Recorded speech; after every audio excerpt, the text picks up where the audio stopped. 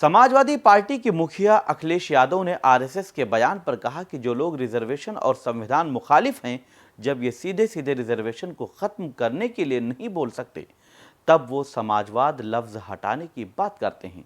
जिन लोगों का दिमाग नफरत और नकारात्मक राजनीति यानी मनफी सियासत से भरा हुआ है, जो बांट कर समाज में दीवार खड़ी करके सियासत करना चाहते हैं, जात पात और मजहब में बैठना चाहते हैं और समाजवाद और सेकुलरिज्म के खिलाफ हैं।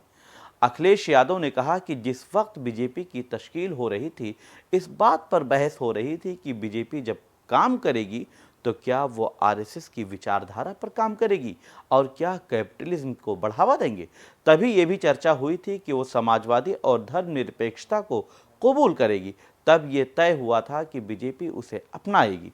अखिलेश यादव ने सीएम योगी पर सवाल उठाते हुए कहा कि वो आरएसएस के बयान की हिमायत में होंगे, क्योंकि वो बीजेपी के रुख नहीं है और ना ही वो रहना चाहते हैं। मजबूरी है कि उन्हें सीएम बनना है और इलेक्शन लड़ना है।